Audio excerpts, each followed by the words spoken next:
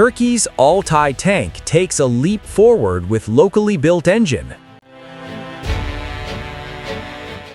Turkey's main battle tank has reached a critical milestone as factory acceptance procedures for its indigenous power unit have been completed, a senior defense official announced on Wednesday.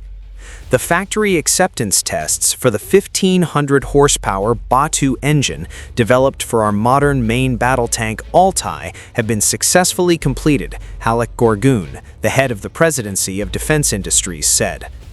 Developed by BMC Power using national resources, the Batu engine clearly demonstrates the level Turkey has reached in land vehicle engine technologies with its performance, durability, and operational capabilities, Gorgun wrote on the social media platform nsocial.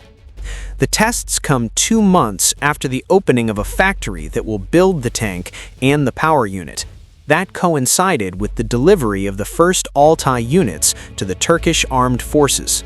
The mass production process was launched with an imported power group. Testing and qualification activities for the transmission of the Batu engine are continuing as planned, according to Gorgun. The engine development process, which began in 2018, started with significant gaps in engineering infrastructure, testing facilities, supply chain, and human resources. However, simulation, production, and testing capabilities have been acquired, and the engines have been successfully developed and tested.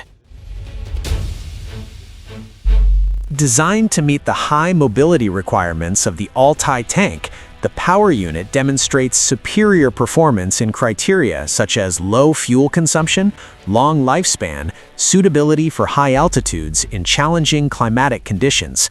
The Batu Power Group, which provides the tank's mobility, consists of engine, transmission, and cooling package components.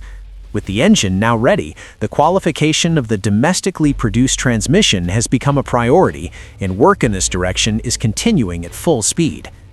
The Altay project had faced obstacles and delays since its inception, mainly due to export license restrictions, but President Recep Tayyip Erdogan pushed it forward. 2 prototypes were delivered to tests to the Turkish armed forces in 2023.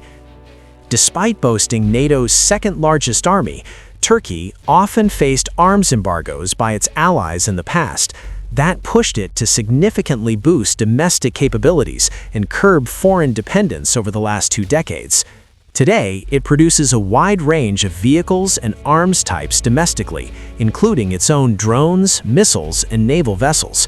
It's also developing its own 5th-generation fighter jet.